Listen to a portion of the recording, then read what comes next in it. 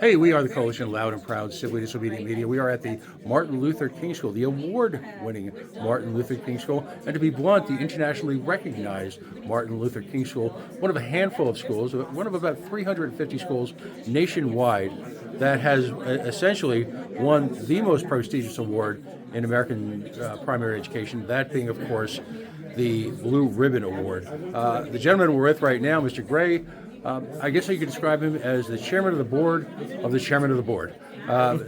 He oversees the Rhode Island Board of Education, if you will, of which the Rhode Island Department of Education, please correct me if I'm wrong, essentially reports to. Is that a fair statement? Yeah, I think statutorily that's how it's set up, yes. Okay, fair enough. Thank you. So clearly there is a sea change in American politics happening at this moment with the advent of the Trump administration, and there have been initial salvos to close, if you will, the Federal Department of Education. Yes. Your thoughts on that and the impact, if you will, on Rhode Island education?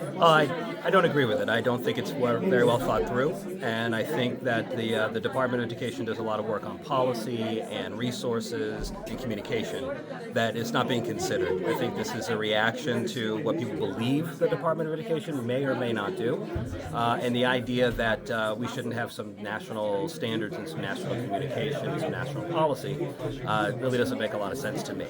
So it does concern me, and I do think that we have to watch it very closely and watch the direction that it goes, because I think the attempts are going to be met with a lot of resistance, and quite honestly, a lot of legal challenges as to whether or not they can do it at all.